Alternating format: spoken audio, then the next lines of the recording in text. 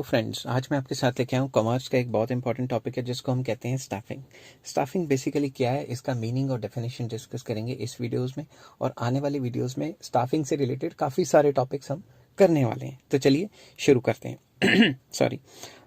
Staffing consist of man power planning. Staffing में क्या आ जाता है? Man power planning, recruitment, selection, training, compensation, promotion, maintenance of managerial personnels.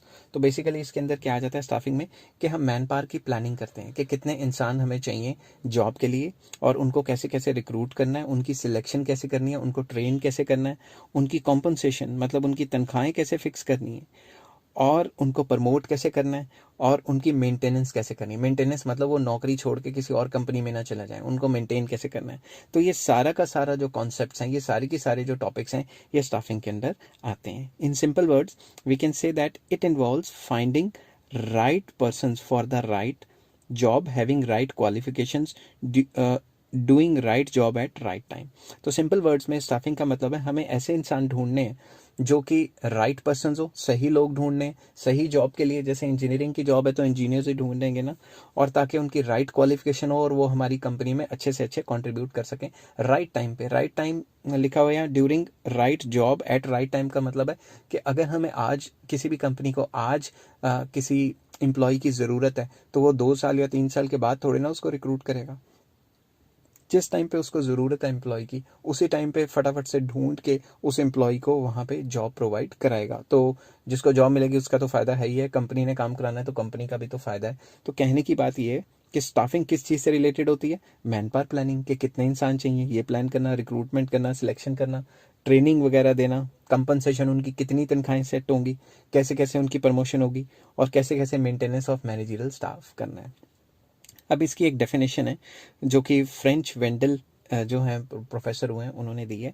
तो ये क्या कहते हैं? Staffing is the recruitment. Staffing को इन्होंने कहा है कि रिक्रूटमेंट होती है, सिलेक्शन होती है, डेवलपमेंट होती है, यूटिलाइजेशन होती है, और कंपनसेशन एंड मोटिवेशन होती है ह्यूमन रिसोर्सेज की, कि इंसानों की कैसे डेवलपमेंट करनी है, कैसे सिलेक्शन करनी है, कैसे इनकी रिक्रूटमेंट वगैरह होगी। ये सारी ऑर्गेनाइजेशन के अंदर जितने भी ये सारे प्रोसेसेस हैं उनको हम कहते हैं स्टाफिंग। आई होप ये टॉपिक आपको समझ आया होगा, इसकी मीनिंग और डेफिनेशन आपको अच्छे तरीके से समझ आया होगा।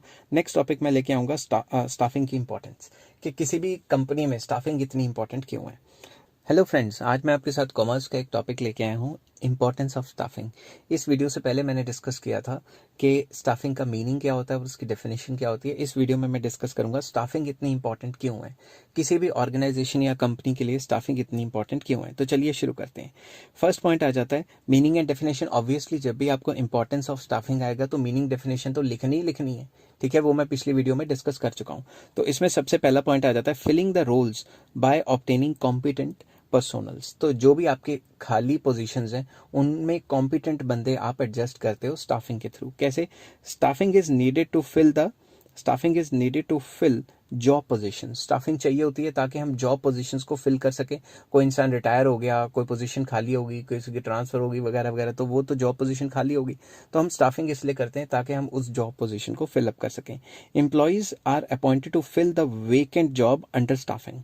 तो स्टाफिंग के अंडर जो जॉब वेकेंट हो गई होती हैं उनको फिल किया जाता है। Number 2, placing right person at right job. तो स्टाफिंग के जरिए, स्टाफिंग के थ्रू हम राइट पर्सन को चूज करते हैं ताकि उनको राइट जॉब में लगाया जा सके। फॉर एग्जाम्पल इंजीनियरिंग अगर हमें चाहिए, हमारी जॉब के लिए इंजीनियरिंग की डिग्री चाहिए या फिर इंजीनियर चाहिए, तो एक इंजीनियर को ही लगाएंगे ना, उसमें किसी बीए या फिर कॉमर्स वाले को थोड़ी ना लगाएंगे उधर।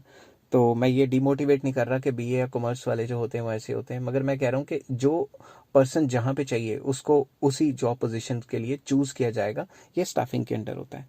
तो placing right person and right job के अंडर आ जाता है। Employees are given a place according to their qualification. उनको उनकी क्वालिफिकेशन के हिसाब से जॉब दी जाती है। इट इंश्योर्स हायर प्रोडक्टिविटी, और जितनी प्रोडक्टिविटी अच्छी होगी, परफॉर्मेंस अच्छी होगी, उतना ही कंपनी आगे जाएगी, ठीक है। Third point, growth of enterprises. वही वाली बात आ गई कि appointing efficient staff ensures continuous survival and growth of enterprises. जितना भी एफिशिएंट स्टाफ हम लगाएंगे इससे लगातार कंपनी को फायदा होगा और कंपनी की प्रॉफिट्स बढ़ेंगे, ठीक है।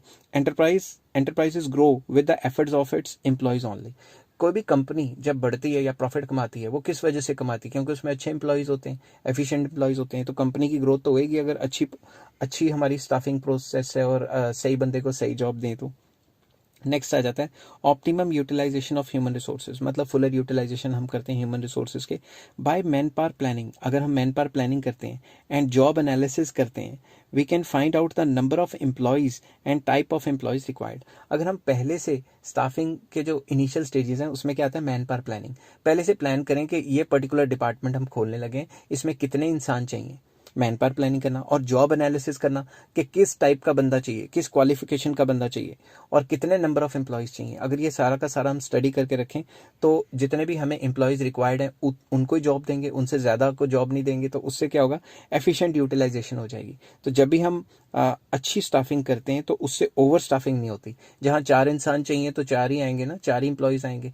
अगर हम स्टाफिंग प्रोसेस अच्छा नहीं करते, हमें पता ही नहीं लगेगा कि भाई मैन पावर प्लानिंग नहीं कर रहे, हमें नहीं पता लगेगा कि कितने एम्प्लॉयज़ को जॉब्स देनी थी, तो हम क्या पता 4 की जगह 10 रख लें।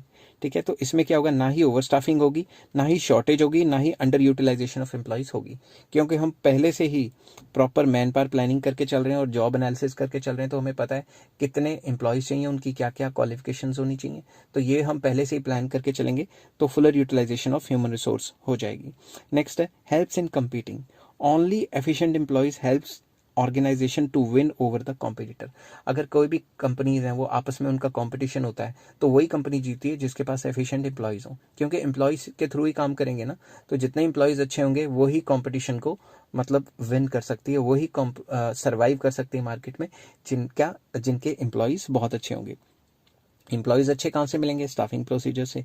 तो नेक्स्ट पॉइंट आ जाता है it improves job satisfaction and moral of employees. तो इसमें स्टाफिंग के अंदर क्या क्या आ जाता है, training, staffing includes trainings, promotion, compensation etcetera. तो जितना अच्छा हम एम्प्लॉय को ट्रेनिंग देंगे उतना अच्छा वो काम करेगा, उसकी प्रमोशन करेंगे वो खुश रहेगा, और कंपनसेशन मतलब तनख्वाहें अच्छी देंगे उसको तो तब भी वो खुश रहेगा, तो उसकी जॉब सेटिस्फैक्शन बढ़ेगी।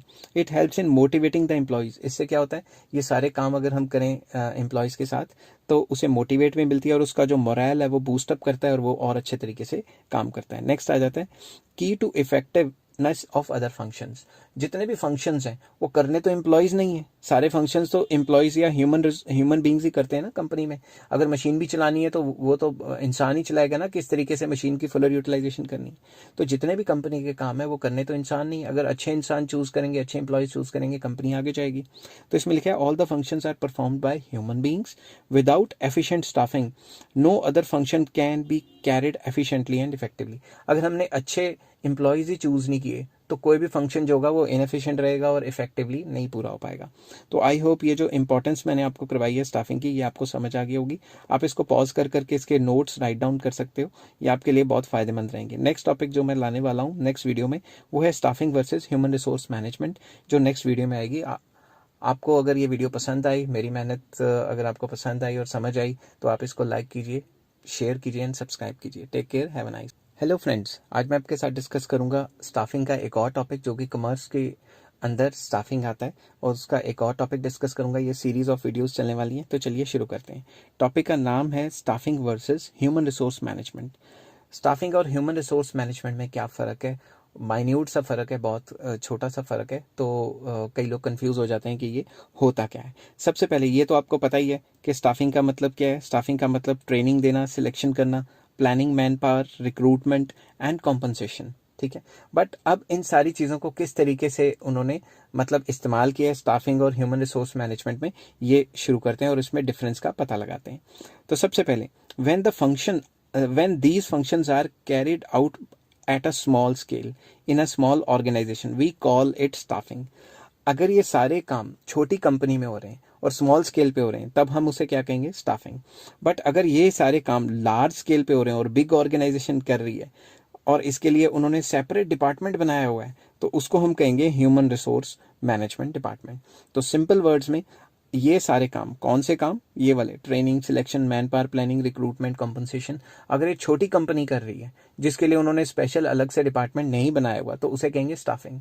बट अगर कोई बड़ी कंपनी कर रही है और ये सारे काम करने के लिए एक स्पेशल अलग से डिपार्टमेंट बना हुआ है तो उसे कहेंगे हम human resource management department. I hope ये चीज़ आपको अब क्लियर होगी।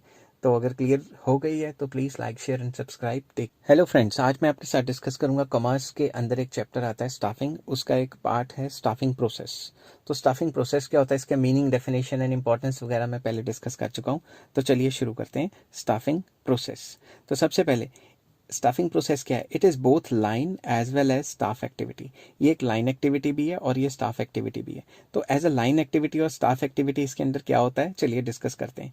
As a line activity it includes planning, organizing, directing, controlling and staffing. तो बेसिकली इसके अंदर ये सारी चीज़ें आ जाती हैं, planning, organizing, directing, staffing, which are performed by every manager. जो भी एक डिपार्टमेंट का मैनेजर है, ये सारे फंक्शन जो है वो करता है, परफॉर्म करता है। तो इसीलिए ये जो स्टाफिंग है ये एक लाइन एक्टिविटी है। दूसरी तरफ एज अ स्टाफ एक्टिविटी, ये जो स्टाफिंग प्रोसेस है ये स्टाफ एक्टिविटी क्यों है, because it is an important area of management, like marketing management, like financial management, etcetera etcetera.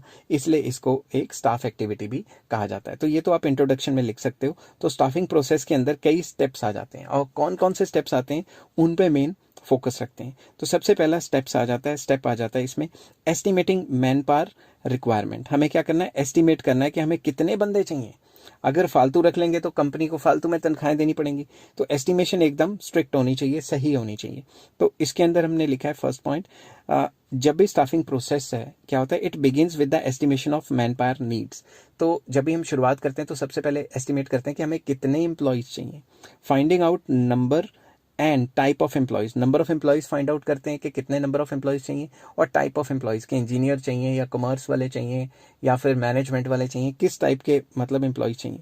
Type of employees means qualification based selection, मतलब qualification के हिसाब से जो सिलेक्शन है वो क्वालिफिकेशन के हिसाब से होगी, और किस क्वालिफिकेशन के हमें एम्प्लॉयज़ चाहिए। अब इसमें एस्टिमेटिंग मैन पावर नीड्स के अंदर तीन आ जाती हैं। एक आता है वर्कलोड एनालिसिस, एक आ जाता है वर्कफोर्स एनालिसिस, और तीसरा आ जाता है इनको कंपेयर करना। तो चलिए शुरू करते हैं। वर्कलोड एनालिसिस में क्या होता है, finding number and type of employees required to perform various jobs. के इसमें हम number of employees and type of employees ढूंढते हैं, इसको कहते हैं work load analysis. Workforce analysis में क्या कहते हैं, एनालाइज करते हैं कि एग्जिस्टिंग वर्कफोर्स या एग्जिस्टिंग एम्प्लॉयज ऑलरेडी जो काम कर रही है जॉब पोजीशंस पे वो कितनी है। ठीक है, it deals with analysing the overburden and underburden employees, मतलब जो एम्प्लॉयज़ ओवरबर्डन है या अंडरबर्डन है उनको सर्च करना। अगर तो कोई भी वर्कर ओवरबर्डन है, ये ना वो काम छोड़ के किसी और कंपनी को ज्वाइन कर ले, तो उधर भी एक एम्प्लॉय चाहिए। अगर अंडरबर्डन है तो तनख्वाह ज़्यादा दे रहे हो और काम कम कर रहा है, वो भी कंपनी का नुकसान है, तो वो उसको डबल काम देगी या पहले से ज़्यादा काम देगी जितना वो कर सकता है। तो वर्कफोर्स एनालिसिस में हम एग्जिस्टिंग एम्प्लॉयज़ की स्टडी करते हैं जो ओवरबर्डन है या अंडरबर्डन है। ठीक है, तो उसके बाद तीसरा आ जाता है कंपैरिजन। कंपैरिजन में क्या करते हैं, by comparing workload and workforce analysis. इन दोनों के दोनों एनालिसिस को, वर्कफोर्स एंड वर्कलोड एनालिसिस को कंपेयर करते हैं। और मैनेजर्स क्या करता है, मैनेजर कंक्लूजन निकालता है कि भाई ओवर स्टाफिंग है या अंडर स्टाफिंग है। ओवर स्टाफिंग है, ज़्यादा बंदे रखे हुए हैं तो उनको किसी और डिपार्टमेंट में भेज देगा या उनकी छुट्टी कर देगा, और अगर कम बंदे रखे हुए हैं तो कितने कम बंदे पढ़ रहे हैं उसी के हिसाब से जॉब्स को क्रिएट करेगा। तो फर्स्ट पॉइंट क्या था, फर्स्ट पॉइंट में हमने डिस्कस किया एस्टिमेटिंग मैन पावर रिक्वायरमेंट। तो चलिए अब सेकंड पॉइंट पे चलते हैं। सेकंड पॉइंट आ जाता है रिक्रूटमेंट। रिक्रूटमेंट क्या है, it is a process of including more and more people to apply for job. तो ये एक ऐसा प्रोसेस है जिसमें ज़्यादा से ज़्यादा लोगों को जॉब के लिए अप्लाई करवाया जाता है। तो रिक्रूटमेंट इंटरनल भी हो सकती है, मतलब विद इन द कंपनी भी बंदे लग सकते हैं जो खाली पोजीशन है। एक्सटर्नल भी हो सकती है, बाहर से फ्रेश टैलेंट या न्यू एम्प्लॉयज़ भी लाए जा सकते हैं। इंटरनल रिक्रूटमेंट जो है थोड़ी सस्ती पड़ती है, क्योंकि हमें क्या करना पड़ता है, choosing from inside the organization. Company के बीच में से ही वो जॉब पोजीशंस फिल करनी पड़ती हैं, कंपनी के बीच वाले एम्प्लॉयज़ को ही वो जॉब्स देनी पड़ती हैं, तो वो थोड़े सस्ता पड़ता है। और external recruitment means choosing from outside the organization, मतलब बाहर से नए एम्प्लॉयज़ लेके आना, जो कॉस्टली है क्योंकि टाइम मनी एफर्ट बहुत ज़्यादा लग जाएगा न्यू एम्प्लॉयज़ को चूज़ करने के लिए। थर्ड पॉइंट आ जाता है सिलेक्शन। सिलेक्शन में क्या होता है, selecting most suitable candidate for the vacant position. इसमें जो मोस्ट सूटेबल कैंडिडेट्स हैं, 1000 फॉर्म आगे, 2000 फॉर्म आगे, 500 फॉर्म आगे, उसमें से जो मोस्ट सूटेबल कैंडिडेट है उसको जॉब के लिए रखना। तो number of selected candidates are less than the number of candidates opted for recruitment. Apply तो रिक्रूटमेंट के लिए तो काफ़ी ज़्यादा अप्लाई करते हैं, मगर सिलेक्शन तो कम की होती है ना। तो यहाँ लिखा है कि नंबर ऑफ सिलेक्टेड स्टूडेंट्स जो हैं वो कम रहते हैं, और जिन्होंने जॉब के लिए अप्लाई करते हैं वो बहुत ज़्यादा रहते हैं, क्योंकि आपको पता ही है अनएम्प्लॉयमेंट वर्ल्ड में बहुत ज़्यादा है। Fourth point, placement and orientation. तो प्लेसमेंट का मतलब क्या होता है, placement means occupying the post by candidate for which he और शी इज सिलेक्टेड। तो जिस काम के लिए उस एम्प्लॉय को सिलेक्ट किया गया है उस काम पे उसको रखना, उस पोस्ट पे उसको रखना, उसे कहते हैं प्लेसमेंट। और ओरिएंटेशन का मतलब क्या होता है? Orientation means introduction of new employees to existing employees, नए एम्प्लॉयज को एग्जिस्टिंग एम्प्लॉयज के साथ मिलाना। इसके लिए पार्टीज वगैरह की जाती हैं। तो मल्टीनेशनल कंपनियों में पार्टीज वगैरह इसलिए की जाती हैं कि जो न्यू एम्प्लॉयज हैं उनको फैमिलियर कर दिया जाए जो एग्जिस्टिंग एम्प्लॉयज हैं उनके साथ। नेक्स्ट आ जाता है ट्रेनिंग एंड डेवलपमेंट। तो एक बार उनको चूज कर लिया और उनको जॉब पे बिठा दिया, उसके बाद उनकी ट्रेनिंग चलेगी। ट्रेनिंग क्यों होती है? In order to improve the skills of employees, it is necessary to provide training and development opportunities. तो उनको ट्रेन किया जाता है और ट्रेनिंग एंड डेवलपमेंट प्रोसेसेस होते हैं कई, तो उनको ट्रेनिंग देके उनके काम में और ज़्यादा महारत हासिल करा दी जाती है। इससे क्या होता है? ट्रेनिंग से उनकी एफिशिएंसी बढ़ती है। नेक्स्ट आ जाता है परफॉर्मेंस अप्रेजल। परफॉर्मेंस अप्रेजल में क्या होता है? Evaluating employees performance against some standards. तो फॉर एग्जाम्पल एक साल में कोई भी एक पर्टिकुलर एम्प्लॉय इतना काम करेगा, तो ये तो स्टैंडर्ड सेट हो गया। तो अब स्टैंडर्ड के हिसाब से वो कितना ज़्यादा काम करता है, कितना कम काम करता है, वो कहाँ पे लिखा होता है? वो लिखा होता है परफॉर्मेंस अप्रेजल में। तो परफॉर्मेंस अप्रेजल एक ऐसी रिपोर्ट होती है जिसमें ये सारी चीज़ें लिखी होती हैं कि उसने पहले से बेहतर काम किया है या जो स्टैंडर्ड है उससे ज़्यादा परफॉर्म किया, ऑब्वियसली उसको तनख्वाह बढ़ जाती है, प्रमोशन हो सकती है वगैरह वगैरह। ठीक है, ये रिपोर्ट बनाते कौन है? सुपीरियर्स। जो सुपीरियर्स हैं वही ये रिपोर्ट बनाते हैं। ठीक है, जो हमारे सर के ऊपर बैठ के मैनेजर्स हमसे काम करा रहे हैं वही ये रिपोर्ट्स बनाते हैं। नेक्स्ट पॉइंट आ जाता है प्रमोशन करियर प्लानिंग। इसके अंदर promotion means being place at a higher job position with more pay, के प्रमोशन दे देना उसको ज़्यादा ऐसी, मतलब जिस लेवल पे काम कर रहे हैं उससे हायर लेवल पे अब उनको प्रमोट कर देना, जिससे उनकी तनख्वाह वगैरह बढ़ जाएगी और जॉब सेटिस्फेक्शन अच्छी हो जाएगी और रिस्पॉन्सिबिलिटी भी उनकी पहले से ज़्यादा बेहतर मतलब ज़्यादा हो जाएगी रिस्पॉन्सिबिलिटी भी, क्योंकि जैसे जैसे ऊपर जॉब पोजीशन में काम करेंगे रिस्पॉन्सिबिलिटीज़ लगातार बढ़ती जाती हैं। उसके बाद आ जाता है 8th पॉइंट, इसमें लास्ट पॉइंट है प्रोसेस का, कॉम्पनसेशन। कॉम्पनसेशन मीन्स तनख्वाह वगैरह। It includes pays, rewards and other incentives given to the employees. It includes direct as well as indirect payments. Direct payment मतलब डायरेक्ट तनख्वाह, इनडायरेक्ट में आ जाता है फ्रिंज बेनिफिट्स, जैसे इंश्योरेंस करवा दी, बच्चों के लिए घर दे दिया रहने को, कार दे दी वगैरह वगैरह। Direct payments includes wages and salaries etcetera. Indirect payments includes medical facilities, insurance या फिर फ्रिंज बेनिफिट्स जिसको कहते हैं, कार दे दी चलाने के लिए, घर दे दिया रहने के लिए, एटसेट्रा एटसेट्रा। तो ये सारा का सारा क्या था? प्रोसेस। कौन सा प्रोसेस हम कर रहे थे? स्टाफिंग का। तो स्टाफिंग प्रोसेस क्या होता है? इसमें ये स्टेप बाय स्टेप सारे पॉइंट आ जाते हैं। तो नेक्स्ट जो मैंने वीडियो बनानी है वो बनानी है कंपोनेंट्स ऑफ स्टाफिंग। इसमें कितने कंपोनेंट आ जाते हैं और वो क्या क्या होते हैं उसके बारे में डिटेल नेक्स्ट वीडियो में आएगी। अगर आपको ये वीडियो पसंद आई है तो please like, share and subscribe. Hello friends, आज मैं आपके साथ एक टॉपिक डिस्कस करूंगा कॉमर्स का। उसके अंदर कॉमर्स के अंदर एक टॉपिक आता है स्टाफिंग। स्टाफिंग के अंदर एक टॉपिक आता है कंपोनेंट्स ऑफ स्टाफिंग, कि स्टाफिंग के कंपोनेंट्स क्या होते हैं, स्टाफिंग में क्या क्या चीज़ आती है। स्टाफिंग में सबसे पहले आता है रिक्रूटमेंट, सिलेक्शन एंड ट्रेनिंग। ये 3 प्रोसेस स्टाफिंग को कामयाब बनाते हैं। तो इससे सबसे पहला जो प्रोसेस है वो है रिक्रूटमेंट। रिक्रूटमेंट क्या होता है, किस तरीके से की जाती है और कैसे कैसे होती है, इस सारे जो टॉपिक है इसको मैं आज डिस्कस करूंगा और फिर सिलेक्शन एंड ट्रेनिंग पे अलग से वीडियो बनाऊंगा। तो चलिए शुरू करते हैं। रिक्रूटमेंट। रिक्रूटमेंट का मतलब क्या होता है? It means attracting more and more candidates to apply for vacant job positions in an organization. किसी भी ऑर्गेनाइजेशन में ज़्यादा से ज़्यादा बंदों को अट्रैक्ट करवा के जॉब के लिए अप्लाई कराना, इसको रिक्रूटमेंट कहते हैं। मगर रिक्रूटमेंट एक पॉजिटिव प्रोसेस है जिसमें ज़्यादा से ज़्यादा बंदों को अप्लाई करवाया जाता है। ठीक है ना। सिलेक्शन में जो हमें चाहिए वो रखते हैं, बाकियों को निकाल देते हैं, तो वो एक नेगेटिव प्रोसेस होता है। नेगेटिव मतलब उसमें हम बंदों की छांटी कर देते हैं कि जो हमें नहीं चाहिए उनको निकाल देते हैं। रिक्रूटमेंट पॉजिटिव है, उसमें ज़्यादा से ज़्यादा लोग अप्लाई करते हैं।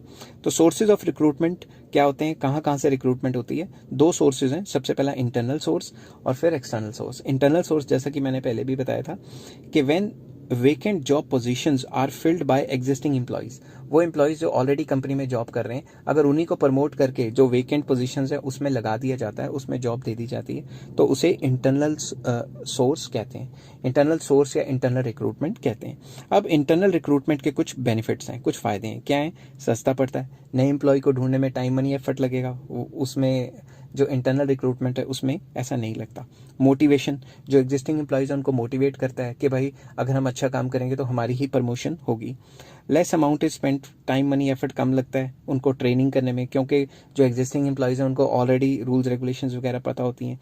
नेक्स्ट पॉइंट भी यही आ गया कि भाई जो एग्जिस्टिंग एम्प्लॉयज़ हैं वो कंपनी के रूल्स रेगुलेशंस और काम करने के तौर तरीके से पहले से ही जो है वो उनको पता होता है, तो उनका टाइम वगैरह वेस्ट नहीं होता नए नए रूल्स रेगुलेशन सीखने में।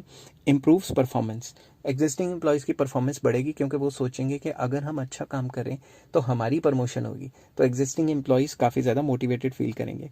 Employees gets training in the form of job rotation, इसमें क्या होता है जो फिल करने होते हैं पोजीशंस उनको जॉब रोटेशन के थ्रू भी किया जा सकता है।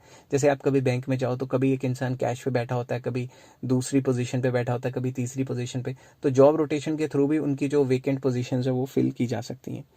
तो ट्रांसफ़र सरप्लस एम्प्लॉय, कई बार क्या होता है कुछ डिपार्टमेंट में 10 की जगह 12 बंदे काम कर रहे हैं, गलती होगी स्टाफिंग में ज़्यादा बंदे रख लिए, ठीक है, तो जो फालतू बंदे हैं उनको भी जो वेकेंट पोजीशंस हैं उन पे रखा जा सकता है। तो transfer surplus employees to other departments, जिस डिपार्टमेंट में एम्प्लॉयज़ की कमी है या वेकेंट पोजीशंस है वहाँ पे ट्रांसफ़र कर दिया जाए, ये भी एक इंटरनल रिक्रूटमेंट का एक तरीका है। उसके बाद एक आ जाता है ड्रॉबैक्स ऑफ इंटरनल रिक्रूटमेंट। जो इंटरनल रिक्रूटमेंट है उसके कुछ ड्रॉबैक्स भी हैं, ड्रॉबैक्स मतलब कुछ खामियां भी हैं। क्या क्या खामी है? पहली खामी, नो फ्रेश टैलेंट और आइडियाज़, इस टाइप के काम में कोई फ्रेश आइडियाज़ या कोई फ्रेश टैलेंट नहीं आता। जो पुराने एम्प्लॉयज़ हैं, जो जिनकी पुरानी नॉलेज है वही मतलब काम करते रहेंगे। और दूसरा आ जाता है लिमिटेड चॉइस, अगर आपने विद इन द कंपनी बंदे चूज़ करने तो आपके पास तो चॉइस ही लिमिटेड है, ठीक है ना, क्योंकि अगर बाहर से अप्लाई करवाते तो पता नहीं हज़ारों लोग अप्लाई करते, अगर हज़ारों लोग अप्लाई करेंगे आपके पास चॉइसेस बढ़ जाएंगी। Not suitable for new organization, जब भी कोई नई कंपनी खुल रही है तो एग्जिस्टिंग स्टाफ तो उनके पास है ही नहीं, तो उस केस में तो ये चीज़ फेल ही होगी ना, इंटरनल रिक्रूटमेंट। उसके बाद फ्रीक्वेंट ट्रांसफर्स में रिड्यूस द प्रोडक्टिविटी, अगर फ्रीक्वेंट ट्रांसफर्स करेंगे, जैसा मैंने कहा था जॉब रोटेशन वगैरह करते रहो, अगर जॉब रोटेशन ही करते रहे और ट्रांसफ़र करते रहे, हर 6 महीने बाद एम्प्लॉय को कहीं कर दिया, फिर दूसरे 6 महीने बाद एम्प्लॉय को कहीं और भेज दिया, तो उसे एक पर्टिकुलर काम में काम कर करके एफिशिएंसी नहीं हासिल हो सकेगी। तो फ्रीक्वेंट ट्रांसफ़र से प्रोडक्टिविटी एफिशिएंसी कम होती है। नेक्स्ट आ जाता है methods of internal recruitment. Internal recruitment जो है उसके कौन कौन से मेथड्स हैं, किन मेथड से इंटरनल रिक्रूटमेंट की जाती है? तो इसमें फर्स्ट आ जाता है ट्रांसफ़र। ट्रांसफ़र का मतलब क्या है? It means shifting of employees from one job position to another या to other position at the same level of authority. तो उनकी सेम सैलरी रहेगी, एक जगह से दूसरी जगह भेज दिया, अगर एक जगह एक पर्टिकुलर काम कर रहे थे, दूसरी जगह भी उसी से रिलेटेड सेम पोजीशन में काम करेंगे, इस चीज़ को कहते हैं ट्रांसफ़र। नेक्स्ट आ जाता है promotion. It means shifting of employee from one job position to higher level of authority या हायर जॉब पोजीशन पे भेजना जहाँ पे उसकी सैलरी इंक्रीज होगी। तो इंटरनल रिक्रूटमेंट में सिर्फ दो ही चीज़ें, या तो एम्प्लॉय का ट्रांसफ़र कर दिया जाता है या फिर उसकी प्रमोशन कर दी जाती है। नेक्स्ट आता है एक्सटर्नल सोर्सेज या एक्सटर्नल रिक्रूटमेंट, जैसे यहाँ है ना इंटरनल सोर्सेज या इंटरनल रिक्रूटमेंट। नेक्स्ट आ जाता है एक्सटर्नल। एक्सटर्नल में क्या होता है? जब भी कोई बाहर से नए फ्रेश टैलेंट को लाया जाता है, बाहर से एम्प्लॉयज़ चूज़ किए जाते हैं, उसे हम एक्सटर्नल रिक्रूटमेंट या एक्सटर्नल सोर्सेज कहते हैं। When the candidates are invited to fill the vacant job position from outside the organization, जब हम बाहर के बंदों को जॉब के लिए अप्लाई कराते हैं उनको हम एक्सटर्नल रिक्रूटमेंट कहते हैं। इसके बेनिफिट्स क्या हैं? जो उसके डीमेरिट्स थे, इसमें क्या फ्रेश टैलेंट आ जाता है, वाइडर चॉइस, हमारे पास ज़्यादा चॉइस हो जाती है क्योंकि ज़्यादा बंदे अप्लाई करते हैं जॉब के लिए, इससे हमें क्वालिफाइड एंड ट्रेंड पर्सनस मिल सकते हैं, लेटेस्ट टेक्नोलॉजिकल नॉलेज वाले पर्सनस मिल सकते हैं, कॉम्पिटिटिव स्पिरिट, जब नए बंदों को रखेंगे तो उसमें जो एग्जिस्टिंग एम्प्लॉयज़ हैं उनके अंदर कंपटीशन आ जाएगा कि कल को ये हमारे से प्रमोशन लेके ऊपर ना चले जाएं, तो एग्जिस्टिंग स्टाफ भी और अच्छे से काम करेगा। बट इसके डीमेरिट्स भी हैं। पहला demerit, moral of existing employees जो है वो डाउन चला जाएगा। क्यों? वो कहेंगे ले कल के छोकरे आके हमारे सर पे बैठ गए और हमारे को सिखाने लग गए काम कैसे करने, तो एग्जिस्टिंग स्टाफ का मोरल काफ़ी डाउन हो जाता है। New employees may not adjust in the rules regulations of organization, नए एम्प्लॉयज़ को एडजस्ट करने में थोड़ा टाइम लगेगा, तो वो एफिशिएंसी कम हो जाएगी। एक्सपेंसिव मेथड, नए एम्प्लॉयज़ को चूज़ करने में टाइम मनी एफर्ट बहुत ज़्यादा लगता है और ये एक लेंथी प्रोसेस है, क्योंकि ये जो जॉब देने का प्रोसेस है रिक्रूटमेंट से लेकर अल्टीमेटली जब तक वो जॉब पे लग नहीं जाता, इसमें कई महीने भी लग सकते हैं, ठीक है। अब आ जाता है मेथड्स ऑफ एक्सटर्नल रिक्रूटमेंट कि कौन कौन से तरीके हैं जिससे हम बाहर से एम्प्लॉयज़ को रिक्रूट कर सकते हैं। सबसे पहला डायरेक्ट रिक्रूटमेंट। इसमें क्या आ जाता है, हम क्या करते हैं, पेस्ट कर देते हैं नोटिस एक पेज पे प्रिंट आउट निकाल के पोस्ट कर देते हैं गेट पे ही, ऑफिस के गेट पे या किसी दुकान के गेट पे या किसी भी गेट पे, फैक्ट्री के गेट पे या वर्कशॉप के, वर्कशिप नहीं लिखना चाहिए था मुझे, वर्कशॉप लिखना चाहिए था, तो यहाँ पे मैं वर्कशॉप लिख लेता हूँ, वर्कशॉप। स्पीड में कभी कभी हो जाता है। तो वर्कशॉप के गेट पे तो हम लिख देते हैं कि इतने मेल रिक्वायर्ड, फीमेल रिक्वायर्ड, ये रिक्वायर्ड, वो रिक्वायर्ड। तो डायरेक्ट रिक्रूटमेंट में हम डायरेक्ट पेस्ट कर देते हैं एक प्रिंट आउट निकाल के, जो भी हमारी काम करने की फैक्ट्री है या जगह है उसके गेट पे। नेक्स्ट आ जाता है कैजुअल कॉलर्स। कैजुअल कॉलर्स में क्या होते हैं, job seekers leave application with the reception. जिनको भी जॉब चाहिए होती है वो अपना बायोडाटा या फिर रिज्यूम या फिर सीवी जो भी कहते हैं वो हमारा रिसेप्शन पे जमा करवा के चले जाते हैं। Application file acts as a waiting list. तो उन सारी जो एप्लीकेशन है उनकी एक फाइल होती है, वो एक टाइप की वेटिंग लिस्ट है। When ever job is vacant, अगर कोई भी जॉब हमें खाली हो गया और वेकेंट है तो हम उसमें सूटेबल कैंडिडेट्स को कॉल कर लेते हैं, ठीक है, और इस तरीके से उनको जॉब दे दी जाती है। नेक्स्ट आ जाता है एडवर्टीजमेंट, मशहूरियाँ करना, न्यूज़पेपर में, मैगजीन्स में या ऑनलाइन वगैरह वगैरह कई साइट्स हैं, उसमें मशहूरियाँ दे देना कि हमें फ़लाँ फ़लाँ स्टाफ चाहिए। ये भी एक तरीका है जिससे हम बाहर के एम्प्लॉयज़, बाहर के जो स्टाफ है उसको रिक्रूट कर सकते हैं ज़्यादा से ज़्यादा। नेक्स्ट आ जाता है एम्प्लॉयमेंट एक्सचेंजेस। गवर्नमेंट ने various types of employment exchanges both at state level and central level पे खोली हुई हैं। इसमें क्या होता है, government employment exchanges act as a middleman. तो जितना भी जो जॉब देने वाले हैं, ठीक है, मैं आपको एक डायग्राम से समझा देता हूँ। ये जॉब देने वाली कंपनी है, ये गवर्नमेंट ने एक्सचेंज खोला, ये गवर्नमेंट को कह देती है हमें इस टाइप के एम्प्लॉयज़ चाहिए। तो वेरियस टाइप्स के पर्सन्स हैं, वो लगातार अपनी एप्लीकेशन या अपना बायोडाटा गवर्नमेंट के एक्सचेंजेस में जमा करवाते रहते हैं और गवर्नमेंट उनको ईमेल के थ्रू या चिट्ठी के थ्रू भेजती रहती है कि भाई ये जॉब्स निकली हैं, तुम अप्लाई कर सकते हो। तो एम्प्लॉयमेंट एक्सचेंजेस के थ्रू भी जो है जो नया फ्रेश टैलेंट आ सकता है।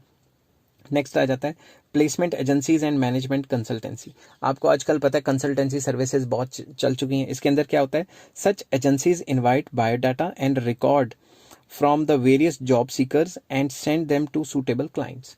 इनके कुछ क्लाइंट्स होते हैं, जैसे बड़ी बड़ी कंपनियां हैं, वो कहते हैं कि हम खुद जॉब जो एम्प्लॉयज़ हैं वो ढूंढने निकलेंगे, हमारा टाइम मनी एफर्ट वेस्ट होगा। तो वो क्या करती हैं, वो हायर कर लेती हैं प्लेसमेंट एजेंसीज को या मैनेजमेंट कंसल्टेंसी सर्विसेज जो प्रोवाइड करते हैं उनको हायर कर लेती हैं। तो वो क्या करती हैं, वो on the behalf of company लोगों को चूज करती हैं और डायरेक्टली उसमें रिक्रूट करती हैं। बट इस चीज़ के वो पैसे लेती हैं। पैसे किससे लेती हैं, कंपनी से भी पैसे लेती हैं और कभी कभी जो एम्प्लॉय चूज किया है उसकी भी आधी सैलरी ले लेती हैं।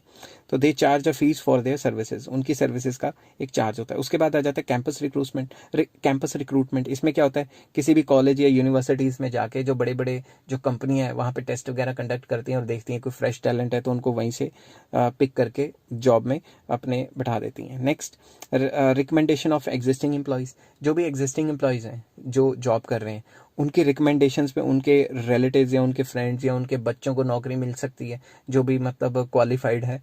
तो रिकमेंडेशन ऑफ एग्जिस्टिंग एम्प्लॉयज़ भी अपने रिश्तेदारों को या जान पहचान वाले को जॉब पे लगा सकते हैं। नेक्स्ट आ जाता है लेबर कॉन्ट्रैक्टर्स। लेबर कॉन्ट्रैक्टर्स भी जब, जैसे मान लो हमें जॉब चाहिए, ठीक है, हमें जॉब चाहिए तो हम अगर सीधा उसके कंपनी के पास जाएंगे तो कंपनी के पास इतना टाइम ना हो कि हमारा इंटरव्यू ले वगैरह वगैरह। वो किसी ठेकेदार या कॉन्ट्रैक्टर को हायर करेगी और कहेगी कि भाई तुम हमें इतने बंदे चाहिए, इतने बंदे हमें प्रोवाइड करा दो। तो वो खुद नहीं रखेगी, वो ठेकेदार या कॉन्ट्रैक्टर के थ्रू हमें जॉब पे रखवा देगी। तो contractors are in touch with the people who are seeking some job. When need arises, contractors are hired for the work. Contractors को कंपनी हायर कर लेती है और उनके पास जितना भी स्टाफ होता है उनको भी जॉब मिल जाती है। इससे क्या होता है, कंपनी के ऊपर बर्डन नहीं है क्योंकि वो परमानेंट स्टाफ तो है ही नहीं, ठेके पे काम करा रहे हैं। जब काम कराएंगे तो पैसे देंगे, काम खत्म तो पैसे खत्म, मतलब जॉब खत्म। तो ये जो थी, ये सारा का सारा जो था रिक्रूटमेंट प्रोसेस, इंटरनल एक्सटर्नल कैसे कैसे है, ये सारा मैंने आपके साथ डिस्कस किया। नेक्स्ट टॉपिक मैं जाऊँगा, इसके अंदर आ जाता है difference between internal and external recruitment. ये मैं नेक्स्ट वीडियो में समझाऊंगा आपको। अगर ये वीडियो आपको समझ आई तो please like, share and subscribe. Take care. Hello friends, आज मैं आपके साथ एक टॉपिक लेके आया हूँ।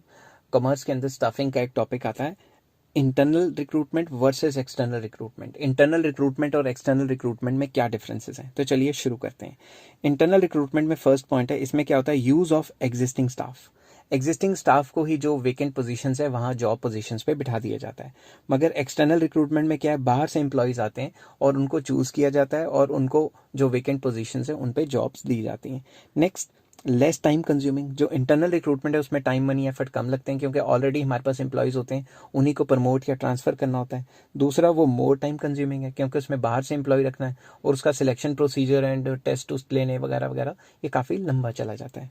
थर्ड पॉइंट आ जाता है मोर इकोनॉमिकल, ये सस्ता पड़ता है क्योंकि ज़्यादा टाइम मनी एफर्ट वेस्ट नहीं करने पड़ते। ये कॉस्टली प्रोसेस है क्योंकि बाहर से बंदा रखना है बोल बोल के हो जाता है कभी कभी गले में, तो ये कॉस्टली प्रोसेस है। इसमें रिक्रूटमेंट से लेकर अल्टीमेट सिलेक्शन तक कई प्रोसेस से गुजरना है और टाइम मनी एफर्ट ज़्यादा लगेंगे। इंटरनल रिक्रूटमेंट में हमारे पास लिमिटेड चॉइस होती है। लिमिटेड चॉइस का मतलब है लिमिटेड बंदे हैं, हमें उन्हीं में से चूज़ करना है। मगर दूसरी तरफ जब हम बाहर से इंसान को चूज़ करेंगे तो हमारे पास वाइडर चॉइस है। तो इंटरनल रिक्रूटमेंट में क्या होता है, boost the moral of existing employees. जो एग्जिस्टिंग एम्प्लॉयज़ हैं उनका मोरल काफ़ी हाई कर देती है, उनको मोटिवेट करती है क्योंकि उनको पता है कि कल को अगर प्रमोशंस वगैरह होंगी तो हमारी ही होंगी, इसलिए हम अच्छे तरीके से काम करें। ऑन द अदर हैंड अगर बाहर से इंसान आते हैं, बाहर से एक्सटर्नल रिक्रूटमेंट होती है, तो it brings down the moral of existing employees. इससे एग्जिस्टिंग एम्प्लॉयज़ का मोरल डाउन चला जाता है। वो कहते हैं ले काम कर करके हम मर गए, हमारे सर पे कल के छोकरे आके बैठ जाएंगे, तो इससे उनका मोरल काफ़ी ज़्यादा डाउन हो जाता है। नेक्स्ट टॉपिक है सिलेक्शन, और किस किस तरीके से सिलेक्शन होती है वो डिस्कस करूंगा। इस टॉपिक के लिए, इस वीडियो के लिए इतना ही। अगर आपको हेलो फ्रेंड्स, आज मैं आपके साथ कॉमर्स का एक टॉपिक लेके आया हूँ। स्टाफिंग के अंदर आता है सिलेक्शन प्रोसेस। सिलेक्शन क्या होता है और किस किस तरीके से एम्प्लॉयज़ को सिलेक्ट किया जाता है कंपनी के लिए, इसका एक प्रोसेस होता है, वो हम डिस्कस करेंगे। तो चलिए शुरू करते हैं। सबसे पहले सिलेक्शन होता क्या है। It means discovering most promising and most suitable candidate to fill up the vacant job. Selection मतलब मोस्ट सूटेबल कैंडिडेट को जो नौकरी है उस पर रखना या जो वेकेंट पोजीशन है उस पर जॉब देना। अब सिलेक्शन प्रोसेस है, ये एक ऐसा प्रोसेस है जिसके थ्रू जो एम्प्लॉयज़ हैं उनको सिलेक्ट किया जाता है। इसमें वेरियस स्टेप्स हैं, वो सारे के सारे स्टेप्स आज मैं आपके साथ डिस्कस करूंगा वेरी शॉर्ट तरीके से। अगर आपको कहीं नहीं समझ आता तो पॉज करके फिर से सुन सकते हैं और इसको पॉज करके लगातार अपने नोट्स भी साथ के साथ बना सकते हैं। तो इसमें सबसे पहला पॉइंट है प्रीलिमिनरी स्क्रीनिंग। प्रीलिमिनरी स्क्रीनिंग में क्या होगा, जैसे कोई जॉब वेकेंट है, उसके लिए तो हज़ारों लोगों ने अपने सीवी या रिज्यूम या बायोडाटा या फिर अपने जो है वो अप्लाई किया होगा। तो उसमें क्या करते हैं, eliminate unqualified and misfit candidates. ठीक है, जो भी हमारे पास इन्फॉर्मेशन आई उसमें में से जो अनक्वालिफाइड बंदे हैं और जो मिसफिट हैं उनको हम एप्लीकेशन फॉर्म्स को रिजेक्ट कर देंगे। ठीक है, तो फर्स्ट प्रोसेस क्या है, उनकी फॉर्म्स की स्क्रीनिंग करेंगे कि हमें इनमें में से कौन से चाहिए। फॉर एग्जांपल हमें चाहिए 5 साल एक्सपीरियंस वाले और कई 2 साल वाले भी हैं, 1 साल वाले भी हैं, उन सब ने भी अप्लाई किया है। तो जो हम 5 साल वाले हैं वही फॉर्म रखेंगे और बाकी सारे फॉर्म को रिजेक्ट कर देंगे। तो सेकेंड टेस्ट क्या आ जाता है, second selection test. Selection test के अंदर क्या क्या होता है, organization conducts various types of tests to find out the knowledge of the candidates। अब जिनके फॉर्म्स एक्सेप्ट हुए हैं उनके टेस्ट लिए जाएंगे। टेस्ट लेके देखा जाएगा कि उनको नॉलेज है भी है। तो कितने टाइप के टेस्ट होते हैं, सबसे पहला आ जाता है इंटेलिजेंट टेस्ट। इंटेलिजेंस टेस्ट में हम क्या देखते हैं, टू मेजर द IQ, कि वो जो इंडिविजुअल है उसका IQ है भी है, इतना अच्छा उसका IQ होगा उतना ही कंपनी को फायदा होगा ना, तो उसमें IQ टेस्ट किया जाता है। उसके बाद आ जाता है एप्टीट्यूड टेस्ट। एप्टीट्यूड टेस्ट क्यों किया जाता है, to find out potential of learning new job. के एप्टीट्यूड टेस्ट में कि कितनी स्पीड में या कितने अच्छे तरीके से, कितना पोटेंशियल है कि नया एम्प्लॉय जो है नई नई चीज़ें सीखे। थर्ड आ जाता है पर्सनैलिटी टेस्ट। पर्सनैलिटी टेस्ट में उसका ह्यूमन बिहेवियर देखा जाएगा कि उसका बिहेवियर कैसा है, कि पॉजिटिव है या नेगेटिव है, किस तरीके से, वो टेस्ट किया जाएगा। उसके बाद आ जाता है ट्रेड टेस्ट। ट्रेड टेस्ट का मतलब जो भी वो स्किल सीख के आया हुआ है during his or her education, उसको टेस्ट करना, to check existing skills of an individual की एग्जिस्टिंग जो स्किल्स हैं उनको टेस्ट करना। नेक्स्ट है interest test, to find out the interest of the candidate का इंटरेस्ट देखना कि उसका नई नई चीज़ों में इंटरेस्ट है, किन किन कामों में इंटरेस्ट है, इंटरेस्ट कंस्ट्रक्टिव होना चाहिए, डिस्ट्रक्टिव नहीं होना चाहिए, इस चीज़ को सारा टेस्ट करना। तो ये वेरियस टाइप्स ऑफ टेस्ट्स हैं, ये सिलेक्शन टेस्ट के अंदर आ जाते हैं। अगर ये टेस्ट वो पार कर लेता है तो थर्ड आ जाता है एम्प्लॉयमेंट इंटरव्यू। एम्प्लॉयमेंट इंटरव्यू में क्या होता है, candidates who qualify the test are called for interview. जिन्होंने टेस्ट पास कर लिया उनको इंटरव्यू के लिए बनाते हैं। तो final interviews are conducted by the panel of experts. इसमें एक्सपर्ट्स बंदे होते हैं, एक पैनल बनाया होता है, उसमें एक्सपर्ट्स बंदे होते हैं, वो इंटरव्यू वगैरह लेते हैं। इंटरव्यू में क्या होता है, questions are asked related to knowledge and profession of the candidate. मतलब कैंडिडेट का जो नॉलेज है और प्रोफेशन है उससे रिलेटेड कैंडिडेट से क्वेश्चन पूछे जाते हैं। इस प्रोसेस को इंटरव्यू प्रोसेस कहते हैं। इंटरव्यू नेक्स्ट आ जाता है चेकिंग रेफरेंसेस एंड बैकग्राउंड। एक बार उसको इंटरव्यू क्लियर हो गया तो उसके रेफरेंसेस चेक करेंगे। तो candidates are asked to give the names of the 2 references. उसको रेफरेंस दिया जाता है, रेफरेंस ज़्यादातर दिया जाता है कोई अगर आपको कोई ऐसा बंदा जानता है जो अच्छी पोस्ट पे बैठा है, वो आपको आपकी गवाही दे दे कि हाँ मैं इसको जानता हूँ और इसके खिलाफ कोई केस कुछ नहीं है। ज़्यादातर क्या होता है, जो लोग हैं वो रेफरेंस में अपने टीचर्स के नाम देते हैं, ठीक है, या फिर कोई बड़े ऑफिसर्स होते हैं उनको जानते हैं, उनके नाम वगैरह देते हैं। और इसमें क्या होता है, organisation prefer to check the references about the personal character, कि उसके करेक्टर को देखना चाहते हैं कि ये जो बंदा है ये कितने सालों से इस पर्टिकुलर बंदे को जानता है, उसका करेक्टर अच्छा है बुरा है क्या है। कभी कभी तो ये भी चेक कर लेते हैं कि भाई जिस एरिया में वो रहता है उसके जो पुलिस स्टेशन है उसमें कोई केस तो नहीं चला हुआ उसके खिलाफ, या कोई FIR DDR तो नहीं हुई, वो भी तहकीकात वो करते हैं, मतलब इन्वेस्टिगेशन करते हैं। नेक्स्ट है सिलेक्शन डिसीजन। अगर ये सारी चीज़ें क्लियर हो जाती हैं तो नेक्स्ट है सिलेक्ट करना है कि नहीं करना। तो इफ़ कैंडिडेट्स पास कर देता है, candidates who pass the test interview and reference check are included in the selection list. तो एक लिस्ट बना दी जाती है, उसको सिलेक्शन लिस्ट कहा जाता है। Managers select most suitable candidate from this list. Managers जो भी इस लिस्ट में सबसे ज़्यादा सूटेबल बंदे होंगे उनको सिलेक्ट कर लेते हैं। और जिनको सिलेक्ट किया उसके बाद उनका क्या होता है, मेडिकल एग्जामिनेशन। तो मेडिकल एग्जामिनेशन में क्या होता है, candidates selected are sent for medical fitness test. ये देखेंगे कि मेडिकल फिटनेस उनकी है या नहीं है। अब आप खुद सोचो, अगर कोई भी एम्प्लॉय मेडिकली फिट ना हो और उसको कोई ऐसी बीमारी हो जो कि वो लगातार उसके काम को हिंडर करे, तो कोई भी कंपनी ऐसे एम्प्लॉय को जॉब नहीं देना चाहेगी कि हर तीसरे दिन छुट्टी मारता रहेगा तो काम कब करेगा। तो ऑर्गेनाइजेशंस क्या करती हैं, they appoint their own doctors to do the test. वो अपने खुद के डॉक्टर रखती हैं, वो किसी और वो, क्योंकि कोई भी गलत मतलब रिश्वत दे के भी रिपोर्ट बना सकता है, तो उस पर डिपेंड नहीं करती। ज़्यादातर तो क्या करती हैं, कॉन्ट्रैक्ट साइन कर लेती हैं हॉस्पिटल्स के साथ कि भाई हमारे जितने भी एम्प्लॉई आएंगे तुम उनकी मतलब मेडिकल टेस्ट वगैरह लोगे, या तो हॉस्पिटल के साथ कॉन्ट्रैक्ट कर लिया जाता है या अपने खुद के डॉक्टर्स वो रखते हैं। नेक्स्ट है, अगर वो भी पास हो जाता है तो जॉब ऑफर लेटर दे देना उनको। इसमें क्या होता है, applicants who clear medical test are given job offer letter through letter of appointment. उनको लेटर ऑफ अपॉइंटमेंट दे दी जाती है। इन दिस लेटर या in the letter date of joining दी होती है, terms and condition of jobs दी होती हैं, एटसेट्रा एटसेट्रा। उसके बाद क्या होता है, contract of employment. When the candidate accept, जब वो एक्सेप्ट कर लेते हैं जॉब ऑफर को, it refers to signing the contract of the employment. इसको क्या कहते हैं, अगर वो एक्सेप्ट कर रहे हैं तो उन्होंने जो कॉन्ट्रैक्ट है वो कंपनी के साथ साइन कर लिया। इसमें क्या होता है, contents of contract include job title के, उसकी क्या जॉब होगी, उसकी ड्यूटीज़ क्या होंगी, रिस्पॉन्सिबिलिटीज़ क्या होगी, तनख्वाह क्या होगी, अलाउंसेस क्या होंगे, रूल्स रेगुलेशन क्या होंगे कंपनी के, वो सारी की सारी चीज़ें। तो ये 8 जो थे वो प्रोसेसेस थे जो सिलेक्शन के अंदर आ जाते हैं, जो हर एक कंपनी जब भी सिलेक्शन करती हैं, बड़ी कंपनीज इन सारी बातों को ध्यान में रखती हैं। अगर आपको ये वीडियो पसंद आई हो तो please like share and subscribe. Next topic जो आने वाला है वीडियो में, वो रिक्रूटमेंट और सिलेक्शन में डिफरेंसेस आने वाले हैं। तो हेलो फ्रेंड्स, आज मैं आपके साथ कॉमर्स का एक टॉपिक लेके आया हूँ, रिक्रूटमेंट वर्सेस सिलेक्शन। रिक्रूटमेंट और सिलेक्शन में क्या डिफरेंसेस हैं वो हम डिस्कस करेंगे काफ़ी शॉर्ट में और अच्छे तरीके से पता लगाने की कोशिश करेंगे। तो सबसे पहले रिक्रूटमेंट और सिलेक्शन मैंने अलग अलग लिख लिए लेफ्ट हैंड राइट साइड पे। तो सबसे पहले रिक्रूटमेंट का मतलब क्या होता है। रिक्रूटमेंट का मतलब होता है searching more and more suitable candidates, ज़्यादा से ज़्यादा सूटेबल कैंडिडेट्स को अप्लाई करवाना जॉब के लिए।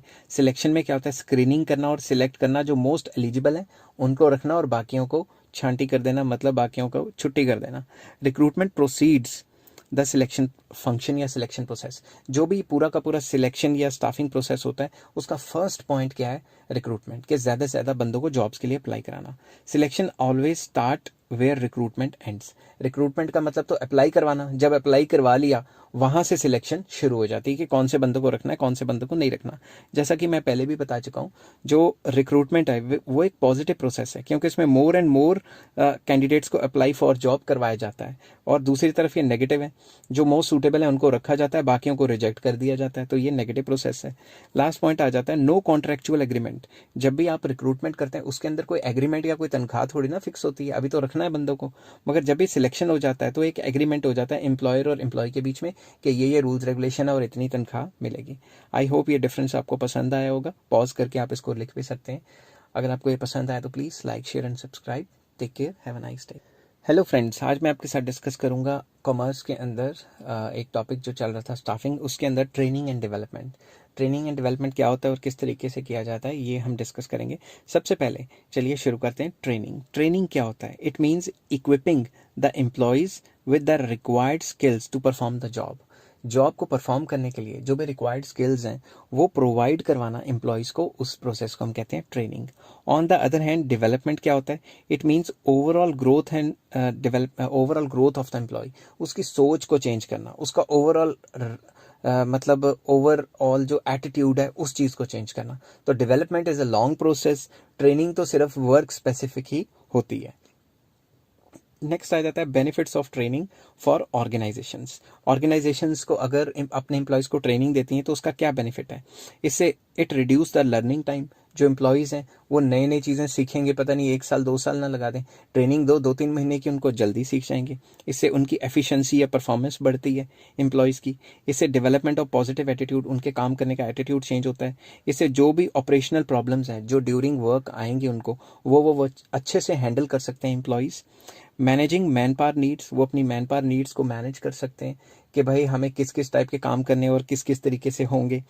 उसके बाद हेल्प टू अडेप्ट चेंजेस जो आते हैं, क्योंकि डायनेमिक एनवायरनमेंट है, टाइम टू टाइम चेंज होता रहता है, तो उनको सिखाया जाता है कि अगर ये वाली सिचुएशन होगी तो इस तरीके से काम करना है, दूसरी सिचुएशन होती है तो किस तरीके से काम करना है। अब ये तो थे benefits of training to organisation, कि अगर कंपनी अपने एम्प्लॉयज़ को ट्रेन करती है तो कंपनी को क्या फ़ायदा होगा। अब आ जाते हैं बेनिफिट्स टू एम्प्लॉयज़ को क्या बेनिफिट होंगे अगर उनको ट्रेन दे रहे हैं, ट्रेन कर रहे हैं, दे रहे नहीं मतलब ट्रेनिंग दे रहे हैं उनको, तो उनकी बेटर करियर ऑप्शंस, उनके करियर ऑप्शंस खुल जाएंगे, क्योंकि उनको नई नई स्किल्स सीखने को मिलेंगी। उनका अर्निंग का चांस बढ़ जाएगा, उनका मोरल बूस्टअप हो जाएगा कि भाई हमें तो अब ज़्यादा काम आता है और हम एफिशिएंसी से कर सकते हैं। लेस चांसेस ऑफ एक्सीडेंट, अगर उनको प्रॉपर ट्रेनिंग दी जाएगी तो काम करने के दौरान उनका एक्सीडेंट होने के चांसेस कम हो जाते हैं। ठीक है।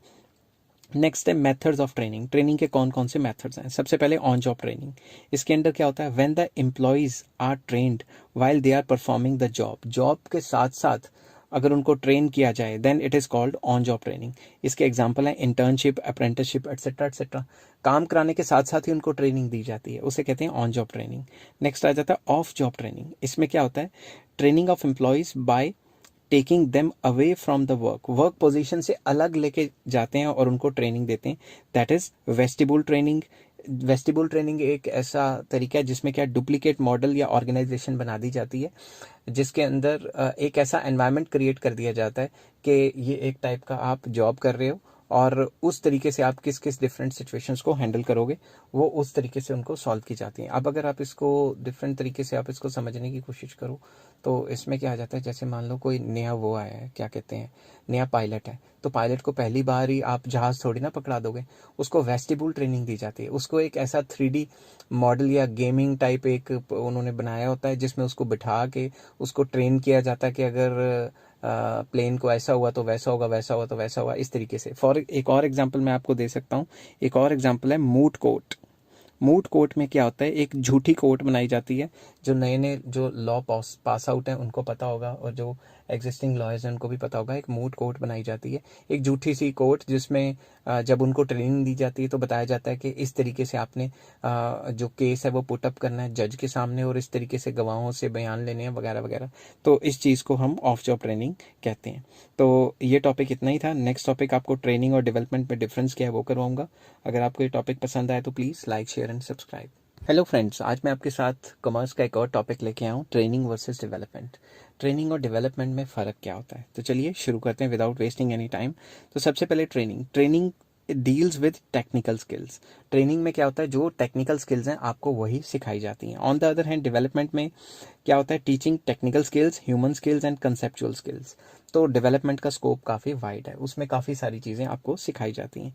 ट्रेनिंग क्या है? मोर suitable for technical staff. Training technical staff के लिए सूटेबल है, और जो डेवलपमेंट है ये मैनेजरियल स्टाफ के लिए ज़्यादा सूटेबल है। ट्रेनिंग में मेन फोकस क्या होता है? Focus on developing skills already possessed by the employees जो काम कर रहे हैं उसी को और ज़्यादा अच्छा करने के लिए उनको ट्रेनिंग दी जाती है। बट डेवलपमेंट का मेन फोकस क्या है?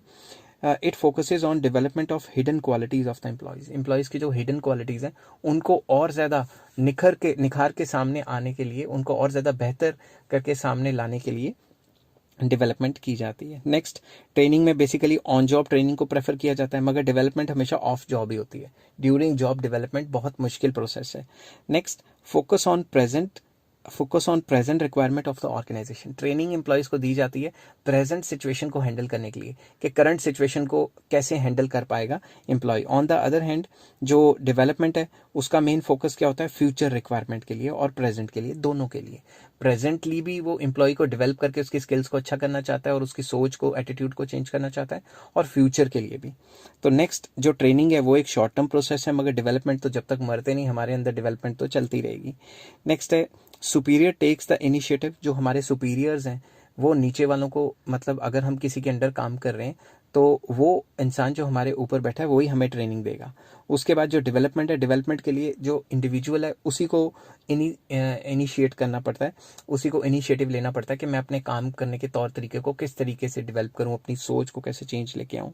नेक्स्ट मोड्स जो ट्रेनिंग है it is suitable for lower level या ऑपरेशनल लेवल मैनेजर्स, बट जो डेवलपमेंट है वो किसके लिए ज़रूरी है, वो यूज़फुल होता है मिडिल लेवल और टॉप लेवल मैनेजर्स के लिए ज़रूरी होता है। Next work centred. जो ट्रेनिंग है वो तो वर्क के हिसाब से दी जाती है, काम के हिसाब से दी जाती है, मगर दूसरा जो डेवलपमेंट है वो पर्सन सेंटर्ड होती है। वो पर्सन्स जो है, पर्सन को इंपॉर्टेंस रख के डेवलपमेंट प्रोसेस चलाए जाते हैं, और ट्रेनिंग का तो पता है काम ही करवाना है, तो वो वर्क सेंटर्ड होगी। आई होप ये सारे डिफरेंसेस आपको क्लियर हो गए होंगे। आप पॉज करके इसको नोट भी कर सकते हैं अपनी कॉपी में। अगर ये वीडियो आपको समझ आई तो please like, share and subscribe. Take care, have a nice day.